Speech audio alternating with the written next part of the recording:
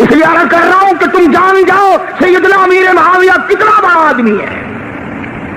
اور یہ تو پرانی یادداشت سے کام لے رہا ہوں، ہفتے بھر میں تیاری کرنے کا کوئی موقع مجھے نہیں ملا. اور اس نیت سے کسی کو چڑھانا نہیں، نہ اپنا نام بلند کرنا ہے. اس نیت سے عرض کر رہا ہوں کہ کل کو قیامت میں ان حضرات کے بارے میں اللہ کی عدالت میں یوں کہنے کے لیے میرا منہ بھی باقی رہ جائے کہ میں بھی تمہارے شناخواہوں میں تھا، ہم بھی تمہارے نام لیوا ہیں. سیدنا امیر معاویہ رضی اللہ تعالیٰ عنہ بیٹھے، ام حبیبہ رضی اللہ تعالیٰ عنہ کنگھی کر رہی اپنی انگلیوں سے. سرکار مدینہ صلی اللہ علیہ وسلم تشریف لے آئے. فرمایا ما تصنعی، اے ام حبیبہ کیا کر رہی ہو؟ دیکھ تو رہے تھے، مگر یہ بھی ایک پیار کا انداز ہوتا ہے، یہ بھی ایک محبت کا انداز ہوتا ہے. جیسے آپ کسی یار دوست کی دکان پہ جائیں، آپ کو پتا تو ہے کہ وہ کپڑا بیچ رہا ہے، کپڑا ناپ رہا ہے، کیا آ کے تھی پوچھ دو نا وہ آج کل کی پہ ہوندا پھر کی پہ کر دے ہو. آج کل دیکھ تو رہے ہو کہ کپڑا ناپ رہا ہے، کپڑا بیچ رہا ہے، سبزی بیچ رہا ہے، کریانے کی دکان کر رہا ہے یا روٹی کھا رہا ہے. دیکھ تو رہے پھر کہنے تو پھر بھی آج کل کی بندا پہ. سرکار نے پوچھا ماں تو سنائی ام حبیبہ، اے ام حبیبہ کیا کر رہی ہو؟ تو فرمایا یا رسول اللہ میرے آقا ہاذا اخی، یہ میرا بھائی ہے، پیار کر رہی ہوں. یہ میرا بھائی ہے، میں اس کو پیار کر رہی ہوں. سرکار مدینہ صلی اللہ تعالی علیہ وسلم نے فرما دیا تجھے تو اس لیے پیار ہے کہ تیرا بھائی ہے، پر میں تجھے کیا بتاؤں، انی احب،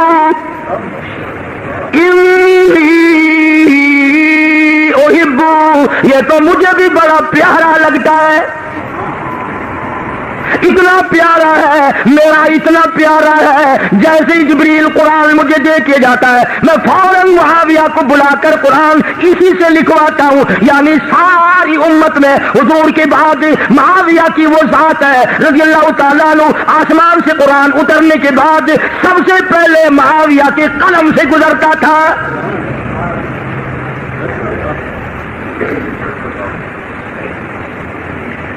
بہت بڑی شان کا مالک ہے. اور ہم ہیں جس دن اس کی وفات کا دن ہے اس دن حلوے بنا رہے ہیں، خوشی منا رہے ہیں. پتہ تو ہے نہیں، جو عورتوں نے کہہ دیا وہی چل گیا. قبر میں اللہ میاں کے فرشتے آ کے پوچھیں گے نا ماں ربوں کا، ماں دینوں کا، ماں نبیوں کا، تیرا رب کون ہے، تیرا دین کیا ہے، تیرا ایمان کیا ہے. کئی لوگ تو اسی وقت کہہ دیں گے نا نکال آئیے پوچھا گے پھر دسیں گے. عورتوں کا ایمان قرآن کریم کی پوری تفسیر کو اٹھا کر دیکھو، اس قسم کی رسم کی کئی گنجائش ہے. معراج شریف کتنی فضیلت والی بات ہے، اس کا کوئی ذکر نہیں کرتا. اس کے بارے میں کوئی نہیں کہتا کہ اللہ پاک نے کسی مہینے میں کتنی عظمت بخشی.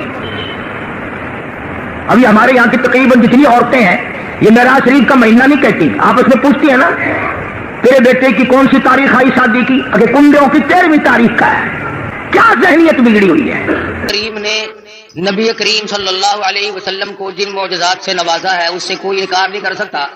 مسلمان تو مسلمان، غیر مسلم بھی انہیں تسلیم کرتے ہیں.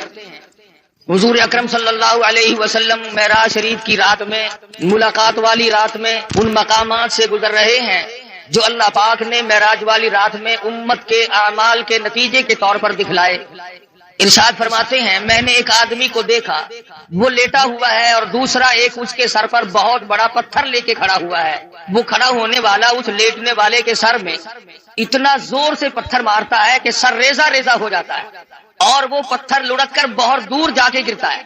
جب تک وہ پتھر اٹھانے کے لیے جاتا ہے جس نے مارا تھا اس وقت تک وہ سر بالکل صحیح سالم ہو جاتا ہے اور وہ اس پتھر کو اٹھا کر لا کے پھر دوبارہ اس کے سر میں مارتا ہے. عرض کیا صحابہ کرام نے یا رسول اللہ صلی اللہ علیہ وسلم وہ کون آدمی ہوگا؟ ارشاد فرمایا وہ آدمی جس کو اللہ نے قرآن کا علم دیا، قرآن کریم کی دولت دی، لیکن وہ بدعملی کرتا تھا، رات کو دن کو تغافل کرتا تھا، لوگ مصلی پہ اللہ اللہ کیا کرتے پھر وہ سویا کرتا تھا. ارشاد فرمایا ہم آگے چلے تو ہم نے دیکھا چند آدمی ہیں، ان کے پیٹ گنبد کی طرح بڑے بڑے ہیں اور ان میں بچھو اور سانپ صاف شفاف پھرتے ہوئے نظر آتے ہیں پیٹ میں. حضور صلی اللہ علیہ وسلم نے فرمایا کہ ہم نے پوچھا جبریل یہ کون لوگ ہیں؟ جواب ملا یہ امت کے سود کھانے والے لوگ ہیں، بیاج کھانے والے آدمی ہیں. آج احتیاط نہیں، پرہیزگاری نہیں. حدیث شریف میں آتا ہے جس کا مفہوم یوں ہے کہ جس نے 4 آنے سود کے کھائے، بیاج کے کھائے، گویا اس نے اپنی سگی ماں سے 35 مرتبہ زنا کیا ہے۔ آج لوگ اس کو منافع کہتے ہیں۔ منافع کہنے سے حرام چیز حلال نہیں بن جاتی۔ اگر ایک کتے کو 50 آدمی مل کر کئی دفعہ کہیں یہ بکری ہے، یہ بکری ہے، وہ بکری تو نہیں بن سکتی۔ ارشاد فرمایا مدنی کریم صلی اللہ تعالی علیہ وسلم نے، ہم نے ایک آدمی کو دیکھا جس آدمی کو جنت کے دروازے کی طرف سے اس کا نام لے کر آواز آئی، وہ دوڑ کے اس کی طرف گیا، اس کے جانے سے پہلے وہ دروازہ بند ہو گیا۔ پھر دوسرے دروازے سے آواز آئی، اس کی طرف دوڑ کر گیا، پھر وہاں سے بھی بند ہو گیا۔ پھر تیسرے دروازے کی طرف سے آواز آئی، یہی جنت کے ہر دروازے سے آواز آتی ہے، وہ دوڑ کے جاتا ہے تو دروازہ فوراً بند ہو جاتا ہے۔ پوچھا گیا یہ کون آدمی؟ ارشاد فرمایا مدنی کریم صلی اللہ تعالی علیہ وسلم نے، یہ وہ آدمی ہوگا جو دین کے معاملے میں لوگوں سے دھوکہ کیا کرتا تھا۔ حدیث میں فرمایا نبی کریم صلی اللہ تعالی علیہ وسلم نے، ہم نے معراج والی رات میں ایک مقام پہ دیکھا، آسمانوں پہ دیکھا، سفید ریش بزرگ آدمی ہیں، چھوٹے چھوٹے ننھے منھے بچے ہیں، اور وہ سفید ریش بزرگ آدمی قرآن کریم پڑھا رہے ہیں، چھوٹے چھوٹے بچے قرآن مجید پڑھ رہے ہیں۔ صحابہ کرام نے پوچھا یا رسول اللہ صلی اللہ علیہ وسلم وہ کون لوگ ہوں گے؟ ارشاد فرمایا مدنی کریم صلی اللہ تعالی علیہ وسلم نے، اللہ میاں نے میری امت کو توفیق دی، میری امت کو دولت عطا فرمائی، چھوٹے چھوٹے لگتے جگر، چھوٹے چھوٹے نور نظر معصوم بچے قرآن مجید پڑھتے ہیں، پڑھتے پڑھتے کسی کی موت آ گئی، 1 سپارہ پڑھ کے موت آ گئی، 10 پارے پڑھ کے موت آ گئی، 5 پارے پڑھ کے موت آ گئی، 20 پارے پڑھ کر کے موت آ گئی، 10 باقی رہ گئے۔ اللہ تبارک و تعالی جل شانہ نے فرمایا او میرے خلیل آ جا، آسمانوں پہ بیٹھ کر میری امت کے وہ بچے اور میرے نبی کی امتوں کے بچوں، امتیوں کے بچوں، قرآن پڑھنے والوں، تم نے قرآن کریم فرش پہ پڑھنا شروع کیا تھا، آؤ جو باقی رہ گیا عرش پہ ختم کر لو۔ ان کے اس قرآن مجید کی تکمیل وہاں پر کرائی جا رہی ہے۔ معراج شریف میں مدنی کریم صلی اللہ تعالی علیہ وسلم کو بچوں کو پڑھتا ہوا دکھایا گیا۔ سرکار مدینہ صلی اللہ تعالی علیہ وسلم براق پہ سوار ہے، بیت المقدس میں تشریف لے آئے۔ خداوند کریم نے انبیاء متعدہ بلایا ہوا ہے، سارے انبیاء کرام کو دعوت دی ہوئی ہے، آؤ آج میرے محبوب تشریف لائیں گے، تم سب آ جاؤ۔ آدم صفی اللہ موجود ہے، نوح نجی اللہ موجود ہے، موسیٰ کلیم اللہ موجود ہے، ابراہیم خلیل اللہ موجود ہے، اسماعیل ذبیح اللہ موجود ہے، یعقوب علیہ السلام تشریف لائے ہوئے ہیں، یوسف علیہ السلام تشریف لائے ہوئے ہیں، اسحاق علیہ السلام تشریف لائے ہوئے ہیں، زکریا یحییٰ علیہ السلام تشریف لائے ہوئے ہیں، عیسیٰ علیہ السلام تشریف لائے ہوئے ہیں۔ سارا انبیاء متعدہ بیت المقدس میں آپ کا انتظار کر رہا ہے۔ اندازہ لگاؤ مسلمانوں، تم کس نبی کا کلمہ پڑھتے ہو، کس نبی کے امتی ہو، کس نبی کی عظمت کو برقرار رکھتے ہو؟ تمہارے ہمارے نبی کی کتنی بڑی عظمت ہے، کتنی بڑی شان ہے، کتنا بڑا مرتبہ ہے، کتنا بڑا مقام ہے، کتنی بڑی برتری اور بزرگی ہے۔ 1,24,000 انبیاء کرام تشریف فرمائے، انتظار کر رہے ہیں آمنہ کے در یتیم کا۔ بیت المقدس میں براق پہ سوار ہو کر کے پہنچے، آپ نے انگلی کا، حضرت جبریل امین نے انگلی پتھر کو لگائی، اس میں سوراخ بن گیا، براق کو وہاں پر باندھ دیا گیا۔ مدنی کریم صلی اللہ علیہ وسلم اندر تشریف لائے۔ سب سے پہلے آدم علیہ السلام آگے بڑھے، خطبہ استقبالیہ پڑھا، مبارکباد دی، مرحبا یا ابن صالح، او میرے بیٹے میں فخر کرتا ہوں میری آل میں سے، میری نسل میں سے، انسانوں میں سے، آدمیوں میں سے اللہ تبارک و تعالیٰ نے آپ جیسے حبیب لبیب کو پیدا فرمایا۔ آدم علیہ السلام فخر کرتے ہیں میری آل میں سے ہے، مرحبا یا ابن صالح، اور میرے بیٹے نیک بیٹے مبارک ہو، تیری وجہ سے میرا بھی سر اونچا ہو گیا۔ نوح علیہ السلام تشریف لائے، ابراہیم خلیل اللہ تشریف لائے، اسماعیل ذبیح اللہ نے مبارکباد دی، ایک ایک پیغمبر بڑھ کے آ کے استقبال کر رہے ہیں۔ مدنی کریم صلی اللہ تعالی علیہ وسلم کو انبیاء کرام کے جرمٹ میں چاروں طرف سے گھیرا ہوا ہے۔ معلوم یہ ہوا آدم علیہ السلام کا یہ بھی عقیدہ کوئی نہیں کہ مدنی کریم صلی اللہ علیہ وسلم ہر وقت ہر جگہ موجود ہے۔ اگر پہلے سے موجود ہوتے آدم علیہ السلام کھڑے ہو کر استقبال نہ کرتے۔ ابراہیم خلیل اللہ کا بھی یہ عقیدہ نہیں، موسیٰ کلیم اللہ کا بھی یہ عقیدہ نہیں، عیسیٰ روح اللہ کا بھی یہ عقیدہ نہیں، تمام پیغمبروں کا، انبیاء کرام کا، رسولوں کا کسی کا یہ عقیدہ نہیں۔ حضور تشریف لائے تو سارے نبی کھڑے ہو گئے۔ حضرت جبریل امین نے اذان دی، جبریل امین نے اذان دی بیت المقدس میں۔ آدم علیہ السلام فرماتے ہیں کہ میں سوچ رہا تھا میں ابو البشر ہوں، میں انسانیت کا ابا ہوں، سارے جہان کے لوگوں کا میں باپ ہوں، آج نماز پڑھانے کا منصب مجھے ملے گا، آج امامت کا سہرا میرے سر بندھے گا، میں سارے جہان کے انسانوں کا ابا ہوں، میں سب سے بڑا ہوں، سب سے پہلے پیدا ہوا ہوں، اس لیے امامت مجھے ملے گی۔ سیدنا نوح علیہ السلام سوچ رہے تھے مجھے ملے گی، میں نے اللہ کے نام کے لیے 950 برس مار کھائی ہے۔ ابراہیم خلیل اللہ سوچ رہے ہیں میرا نمبر لگے گا، مجھے آج منصب امامت ملے گا، میں نے بڑی مار کھائی ہے، چیخا میں مجھے ڈالا گیا، میں نے بڑی قربانیاں دی ہیں۔ ہر پیغمبر کا اپنا اپنا خیال ہو رہا ہے، ہر نبی کا اپنا اپنا زوم ہے، اپنا اپنا دل و دماغ کی سوچ و بچار ہے۔ جب اذان ہو چکی اس کے بعد محمد مدنی صلی اللہ علیہ وسلم کو جبریل امین نے مصلی کی طرف بڑھا دیا۔ کیوں بڑھا دیا؟ معراج جو ہے وہ ہزاروں مسئلوں کا حل ہے، ہزارہ مسئلوں کی صفائی ہو رہی ہے۔ آج یہاں پہ یہ مسئلہ بھی صاف ہو گیا کہ او آدم، بے شک تم انبیاء علیہ السلام کے بھی سارے جان کے انسانوں کے تم ابا ہو، لیکن میرے نبی کی موجودگی میں تم مصلی پہ قدم نہیں رکھ سکتے۔ نوح نجی اللہ مانتا ہوں تم نے میرے نام پہ بڑی مار کھائی ہے، پر آج مسئلے بھی تو صاف کرنے ہیں۔ کالی کملی والے صلی اللہ علیہ وسلم کی موجودگی میں اے نوح علیہ السلام تمہیں مصلی پہ قدم رکھنے کی اجازت نہیں۔ ابراہیم خلیل اللہ ٹھیک ہے آپ نے میری توحید کے لیے بڑی بڑی مار کھائی ہے، بڑی بڑی تکلیف اٹھائی ہے، بڑی بڑی پریشانیاں جھیلی ہیں، مگر کالی کملی والے صلی اللہ علیہ وسلم کے ہوتے ہوئے آپ کو مصلی پہ قدم رکھنے کی اجازت نہیں، ذبیح اللہ کو اجازت نہیں، کلیم اللہ کو اجازت نہیں، عیسیٰ روح اللہ کو اجازت نہیں۔ یہ مسئلے صاف کر دیے گئے، جہاں میرا نبی موجود ہو، نماز پڑھانے کے لیے تیار ہو، مصلی کے بالکل قریب ہو، کسی کو مصلی پہ چڑھنے کی اجازت نہیں۔ آج یہ لوگ کیسے دو رنگے مسئلے کرتے پھرتے ہیں، کہتے ہیں ہر نبی، ہمارے نبی حضرت محمد الرسول اللہ صلی اللہ علیہ وسلم ہر وقت موجود ہے اور ہر جگہ موجود ہے، اور مولوی مصلی پہ کھڑا ہو کر کے پھر دندناتا ہے۔ لوگوں لکھ کے لے جاؤ، یاد کر کے لے جاؤ، پکا کے لے جاؤ، درنگی چھوڑ دے یک رنگ ہو جا، یا سراسر موم ہو یا سنگ ہو جا۔ نبی کے ماننے والے اور کلمہ پڑھنے والے نبی کی موجودگی میں خلیل اللہ قدم نہیں رکھتے، کلیم اللہ قدم نہیں رکھتے، ذبیح اللہ مصلی کی طرف نہیں جاتے، تیری کیا مجال ہے؟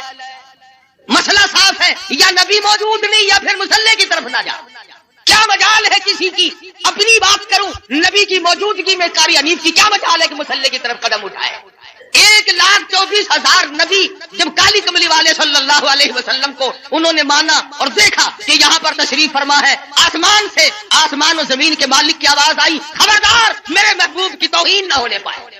جب نبی موجود ہوگا مصلی پہ کسی کو چڑھنے کی اجازت نہیں، اور جب نبی موجود نہیں ہوں گے تو مصلی پہ آپ اور میں ہم سب جو اس کا منصب کا اہل ہوگا وہ چڑھ سکے گا۔ پتہ چلا کہ ہر وقت اور ہر آن، ہر گھڑی، ہر لمحہ، ہر جگہ نبی موجود نہیں۔ اگر نبی موجود ہے تو یہ بیت المقدس میں انتظار کس کا کر رہے ہیں؟ یہ آدم علیہ السلام، یہ نوح علیہ السلام، یہ سارے نبی کس کا انتظار کر رہے ہیں؟ وہ یہاں نہیں تھے جبھی تو انتظار ہوا۔ اور پھر سارے نبیوں نے اکٹھے ہو کر کے کیا کیا؟ کوئی دنیا کی دولت کو طلبگار نہیں بنے، دنیا کی دولت کے طلبگار نہیں بنے، کچھ نہیں مانگا۔ امام الانبیاء محبوب کبریا حضرت محمد مصطفیٰ صلی اللہ تعالی علیہ وسلم نے نماز پڑھائی، سارے انبیاء کرام نے اقتدا فرمائی، سارے نبی پیچھے کھڑے ہو کر محمد مدنی صلی اللہ علیہ وسلم کے پیچھے نماز پڑھی۔ آپ نے 2 رکعت نماز ادا فرمائی۔ نماز کے بعد جبریل امین نے آپ کے سامنے ایک دودھ کا پیالہ اور ایک شراب کا پیالہ رکھ دیا۔ مدنی کریم صلی اللہ علیہ وسلم نے دودھ کے پیالے کو اٹھایا اور نوش فرمانے لگے۔ جبریل امین نے آواز دی، یہ بھی آپ کی آزمائش اور امتحان تھی، اگر آپ دودھ کا پیالہ چھوڑ کر شراب کا پیالہ اٹھا لیتے ساری امت گمراہ ہو کے مر جاتی۔ یہ جو اب بھی پیتے ہیں انہیں ہے اس بات کا احساس کہ شراب کی حرمت اور نجس ہونے میں کسی کو کیا تردد ہے؟ فرمایا جیسے مردار کا گوشت حرام ہے خنزیر کا گوشت حرام ہے، اسی طرح سے شراب بھی حرام ہے۔ اگر اس کا قطرہ کپڑے کو لگ جائے تو وہ پلیت ہوگا۔ لاکھوں من پانی کنویں میں ہوتا ہے، 2 قطرے شراب کے ڈال دو، تمام مسلمانوں کا اتفاق ہے کہ پانی پلیت ہو جاتا ہے۔ پانی تو پلیت ہو جاتا ہے، مگر جو کلمہ گو مسلمان کہلانے والے بوتلیں ڈکار جاتے ہیں وہ اب بھی پاک ہیں، وہ نجس نہیں ہوتے، وہ پلیت ہوتے ہی نہیں۔ صحابہ کرام رضوان اللہ تعالی علیہ مجمعین کی جماعت نے ان تمام مسئلوں کو سنتے ہی فوراً تمام چیزوں کو پرے پھینک دیا۔ علماء کرام نے لکھا ہے جس دن شراب کی حرمت کا ذکر آیا قرآن مجید میں حکم نازل ہوا، مدینے پاک کی گلیوں میں شراب کا سیلاب آ گیا۔ جس کے پاس مٹکا تھا مٹکا توڑ دیا، بوتل تھی بوتل توڑ دی، سراہی تھی وہ بھی توڑ ڈالی، تمام کی تمام شراب کو حرام سمجھ کر پھینک دیا، اور پھر ساری زندگی اس کے قریب تر نہ گئے۔ آج مسلمان حرام حرام بھی کرتے رہتے ہیں، مگر جن کو مل جاتی ہے وہ چھوڑنے کے لیے بھی تیار نہیں۔ حدیث پاک میں آتا ہے کہ شراب پینے والے کو اللہ میاں کبھی بھی نظر کرم سے نہیں دیکھے گا، کسی وقت میں بھی کسی حالت میں بھی اس کی طرف نظر کرم ہوگی ہی نہیں۔ محمد مدنی صلی اللہ تعالی علیہ وسلم کا زمین کا معراج ختم ہو گیا، اس کو سفر اسرا سے تعبیر کرتے ہیں۔ سبحان الذی اسرا بعبدہ لیلا من المسجد الحرام إلى المسجد الأقصى الذي باركنا حوله لنريه من آياتنا إنه هو السميع البصير۔ پاک ہے وہ ذات جس نے یہ سارا سفر کرایا، جو زمین میں بیت المقدس سے بیت الحرام سے لے کر کے بیت المقدس تک لے گیا، اور راستے میں بڑے بڑے عجائب دکھائے، بڑے بڑے منظر دکھائے۔ یہاں تک علماء کرام نے لکھا ہے کہ جنت و دوزخ کی بھی سیر کرائی۔ مدنی کریم صلی اللہ تعالی علیہ وسلم نے ارشاد فرمایا جب میں نے جہنم کو دیکھا تو اس میں اکثریت عورتوں کی پائی۔ فرمایا جب میں نے جہنم کو دیکھا اس میں عورتیں زیادہ تھی، کئی حصے زیادہ مردوں سے عورتیں تھیں۔ صحابہ کرام نے عرض کیا یا رسول اللہ صلی اللہ علیہ وسلم اس کی وجہ کیا ہے؟ ارشاد فرمایا عورت کی ذات میں ناشکری بڑی ہے، 20 30 40 50 برس تک خامن اس کو کپڑا لا کے دیتا رہے، اچھے سے اچھا کھلاتا رہے، ایک دن اگر تنگی کا آ جائے تو فوراً کہتی ہے تیرے گھر میں ہم نے کبھی کچھ بھی نہیں دیکھا۔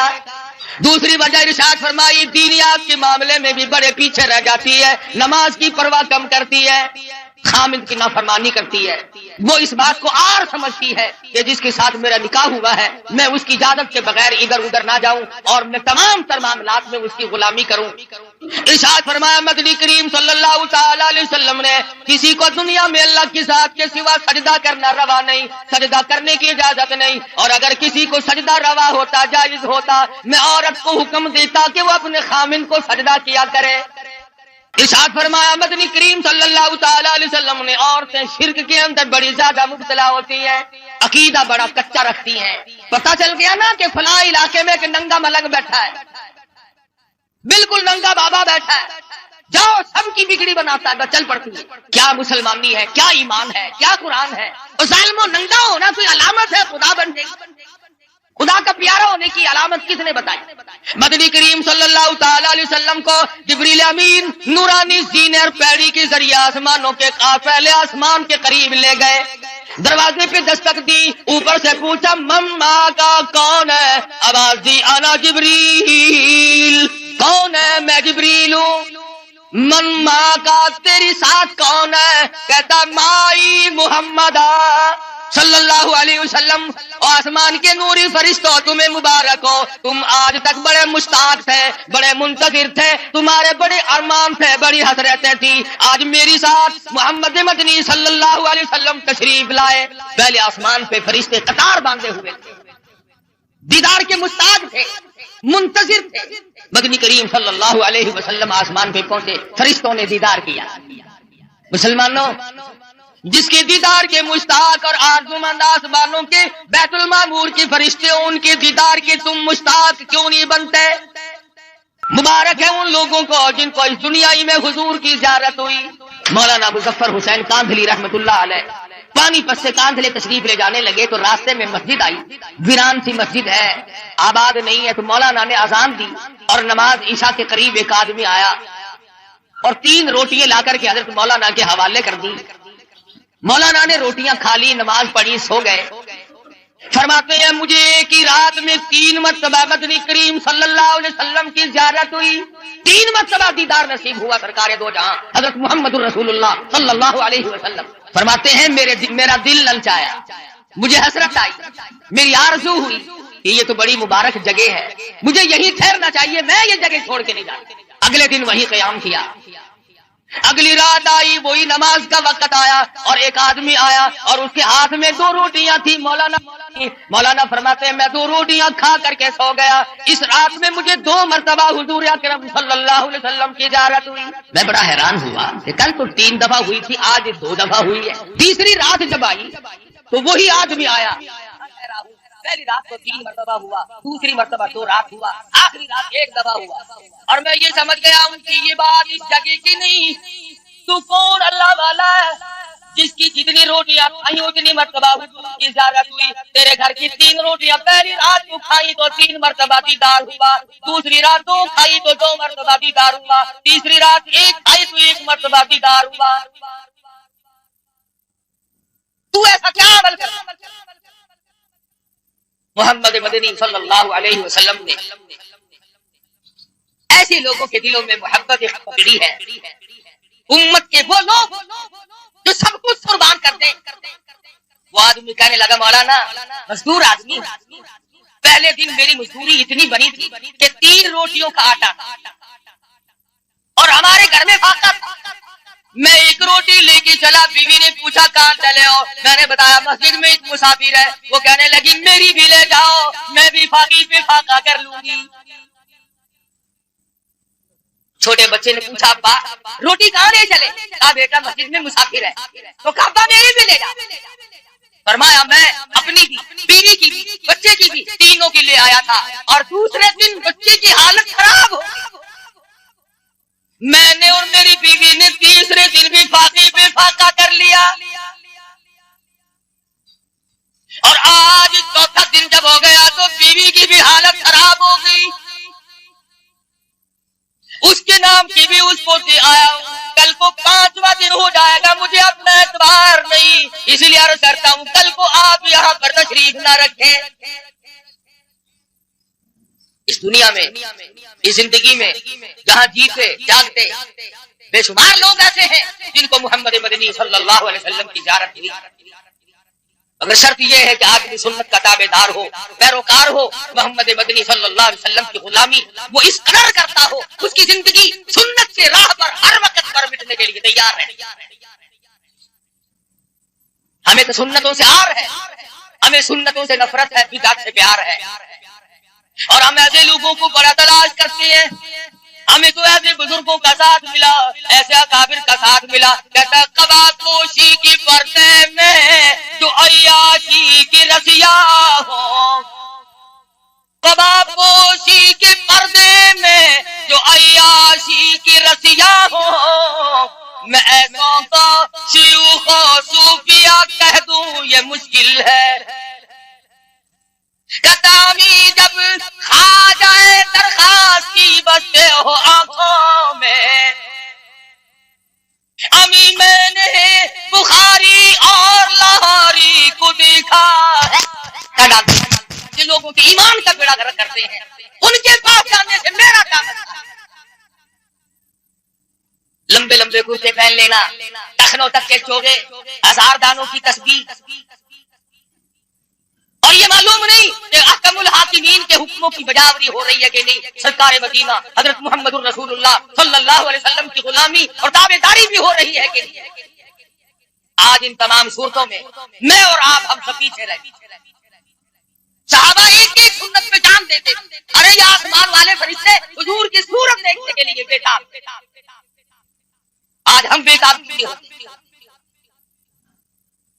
کتنے لوگ ہیں ہم میں سے جن کی یہ تمنا ہے کہ کاش زندگی میں ایک مرتبہ آقا دو عالم صلی اللہ علیہ وسلم کی زیارت کریں. جب سے تمنا ہی نہیں, آرزو ہی نہیں, تو ہوگی کیسے؟ اور کون سی صورت بنے گی جس صورت میں جا کر کے ہم ان تمام چیزوں کو کامیابی سے ہم کنار کر سکیں. خدا بند کریم اتنا اونچا مرتبہ عطا فرمایا